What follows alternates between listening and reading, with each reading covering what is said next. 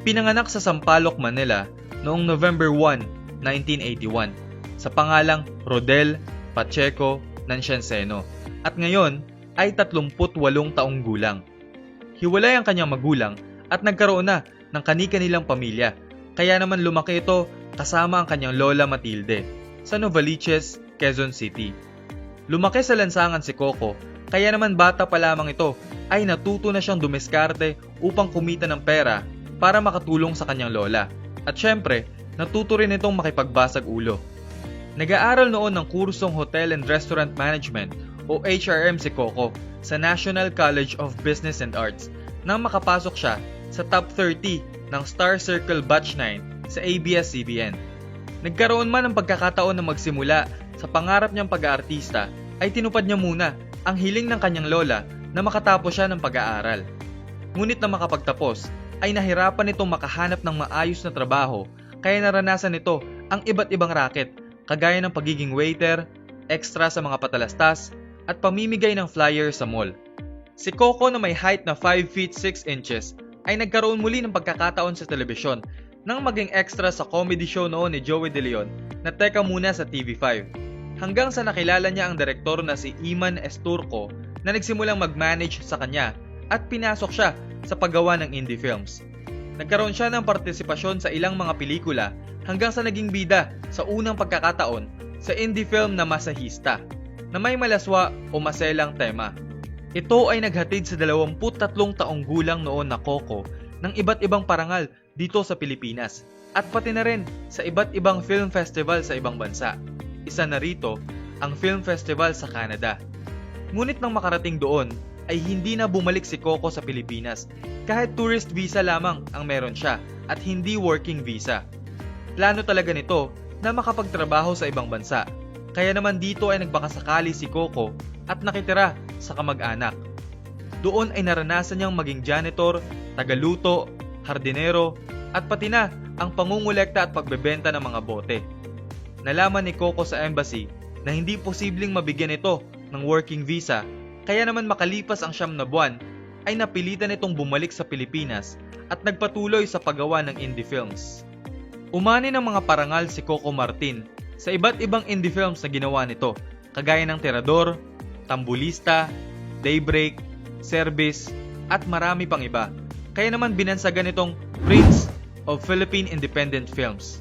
Nakagawa na ng pangalan sa indie films noon, ngunit umasa pa rin siya na magkakaroon ng break sa mainstream television. Nagkaroon siya ng pagkakataon nang maging parte sa serye na Daisy 7 sa GMA na pinagbibidahan ng sex bomb dancers. Hindi man marunong kumanta at sumayaw, ay napasali siya sa male group na The Studs kasama ang iba pang kapuso stars dahil determinado itong magtagumpay sa kanyang karera. Nahirapan si Coco na makakuha ng roles sa mga teleserye sa ABS-CBN dahil sa imahe niyang bold star. Hanggang sa nagkaroon ito sa wakas ng pagkakataon nang makuha niya ang papel na kontrabida sa teleseryeng Tayong Dalawa na pinagbibidahan ni Kim Chiu, Gerald Anderson at Jake Cuenca. Dahil nakitaan ng galing sa pag-arte si Coco Martin, ay natapos na ang mga araw na parakit-rakit lamang siya at naging sobrang abala na ito sa mga sunod-sunod na proyekto at endorsements. Bumida ito sa iba't ibang teleseryeng sinubaybayan sa primetime, kabilang na ang Walang Hanggan, Juan de la Cruz, Ikaw Lamang at ang FPJ's Ang Probinsyano. Mula sa maliit na kita sa indie films ay milyon-milyon na ang kinita nito, kaya naman nakapagpatayo na siya ng malaking bahay sa Quezon City. Unti-unti siyang bumili ng lupa hanggang sa nakabuo siya ng lupaing may lawak na 2,000 square meters sa Casa Milan Neapolitan Subdivision sa Quezon City na pinatayuan niya ng tropical-inspired na bahay. Napakalawak at puno ng mamahaling gamit ang bahay na ito na bunga ng kanyang tiyaga at pagsisikap na makamit ang kanyang pangarap. 3 taon niyang pinagtrabahuan at pinag-ipunan bago tuluyang matapos ng hindi umuutang sa bangko ang Mala Resort na bahay na ito. Tinatayang nasa 120 milyong piso ang halaga ng bahay na ito na mayroong malaking swimming pool, gazebo at kabana. At dahil may kanya-kanya ng pamilya ang hiwalay niyang nanay at tatay, ay pinatayuan niya rin ng magkahiwalay na bahay ang mga ito ngunit sa iisang compound at magkakatabi lamang sila. Si Coco Martin ay bumida sa ilang mga pelikula sa Metro Manila Film Festival o MMFF na pumatok sa takilya kagaya ng Ang Panday noong 2017, Jack M. Popoy The Police Credibles noong 2018 at Triple Trouble Huli Ka Balbon noong 2019. Karamihan sa kanyang mga pelikula na kumita ng daan-daang milyon ay siya mismo ang direktor at siya rin ang producer. Kilalang kilala ngayon si Coco bilang Cardo Dalisay dahil sa FPJs Ang Probinsyano na mahigit 4 na taon na nangungunang primetime TV series. Kinikilala na nga ito ng mga bata bilang bayaning pulis at naging inspirasyon na rin nila si Cardo.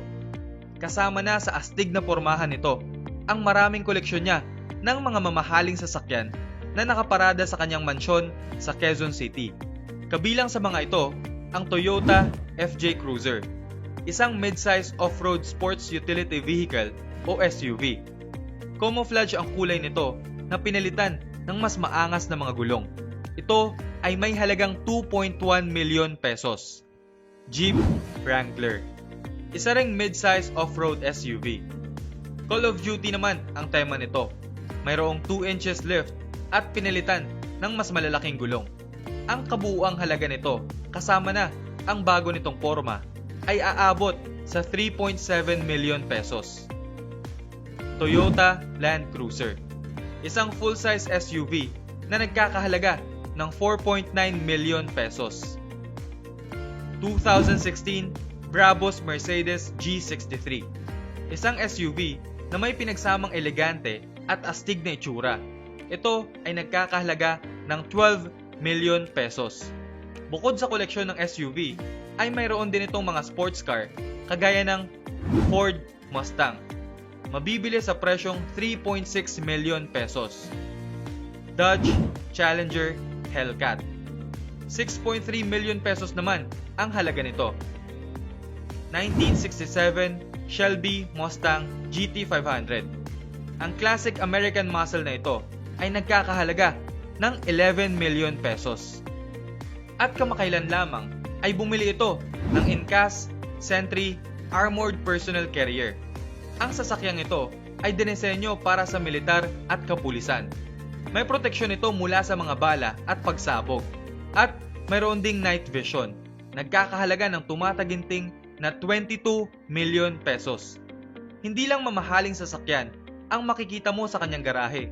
Mayroon din siyang 11 big bikes. Ilan sa mga ito ang Ducati Monster 797. Sinabi niyang ito ang kanyang unang big bike at regalo ito sa kanya ni Don Zulueta. Nagkakahalaga ng 800,000 pesos. Royal Enfield Classic 500 Squadron Blue, 330,000 pesos naman ang presyo nito. Honda Rebel 500 Retro Cruiser, mabibili mo sa presyong 375,000 pesos. Honda X ADV, 800,000 pesos. BMW R90 Pure, 1 million pesos.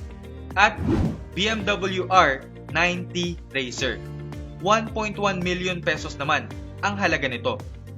Talaga namang nakakalula ang dami at ang presyo ng mga ari-arian ni Coco Martin.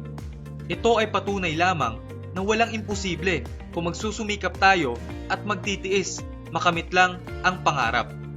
May mga websites kagaya ng celebritynetworth.com na nagsasabing ang kabuuang ari-arian ni Coco ay 20 million US dollars o 1 billion pesos.